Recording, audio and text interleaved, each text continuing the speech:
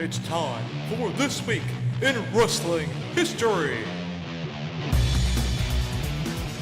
Wrestling fans, I'm Sean Beckerman, and welcome to This Week in Wrestling History.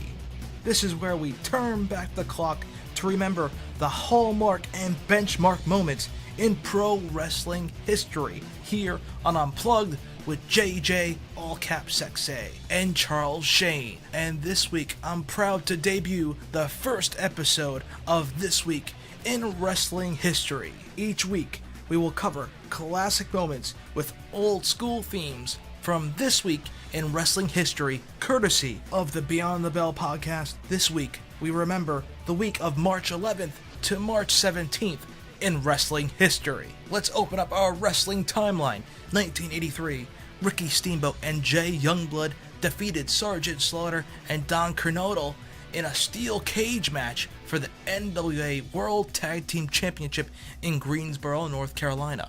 1993, Vader lost the WCW World Heavyweight Championship to Sting in London, England. 6 days later, he regained the title in a rematch in Dublin, Ireland. In 1996, the world's strongest man, Mark Henry, made his debut in the World Wrestling Federation. In the year 2000, Beyond the Mat, a documentary on professional wrestling put together by Hollywood screenwriter Barry Blaustein, opens in theaters. The film focuses on Jake Roberts, Terry Funk, and Mick Foley, and also includes sections on Vince McMahon, Droz, New Jack, Coco Beware, and ECW's first pay-per-view, Barely Legal. In 2002, on Monday Night Raw, The Rock and Stone Cold Steve Austin took on Hulk Hogan, Kevin Nash, and Scott Hall, the NWO. Then a few days later, WrestleMania X8. WrestleMania 18 was the final Mania under the WWF banner. It was held in Toronto, Canada. The Undertaker defeated Ric Flair in a no DQ match to go 10-0 at WrestleMania.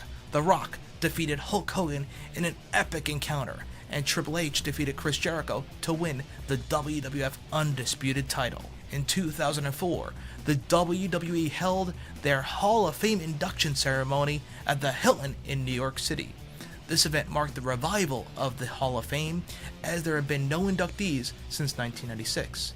The inductees were Jesse Ventura, Don Morocco, Tito Santana, Superstar Billy Graham, Big John Studd, Sergeant Slaughter, Greg Valentine, Bobby Heenan, Harley Race, and the Junkyard Dog.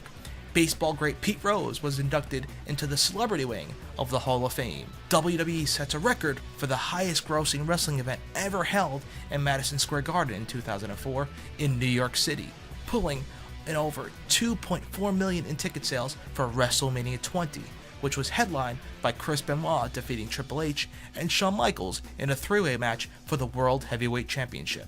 The event also sees the final WWE appearances to date for Brock Lesnar and Bill Goldberg. In 2008, Vince McMahon received a star on the Hollywood Walk of Fame. And in 2009, on SmackDown, MVP defeated Shelton Benjamin to win the United States title. Also this week, in memoriam, we saw the deaths of the late great Dino Bravo and former WWF Tag Team Champion Jerry Valiant. So that will do it for this week in wrestling history. Remember, for all things nostalgia in the world of professional wrestling and sports entertainment, tune in to Beyond the Bell on the SNS Radio Network. Each week, we will cover classic moments with old school themes. For This Week in Wrestling History, I'm Sean Beckerman signing off, and I'll see you at the matches.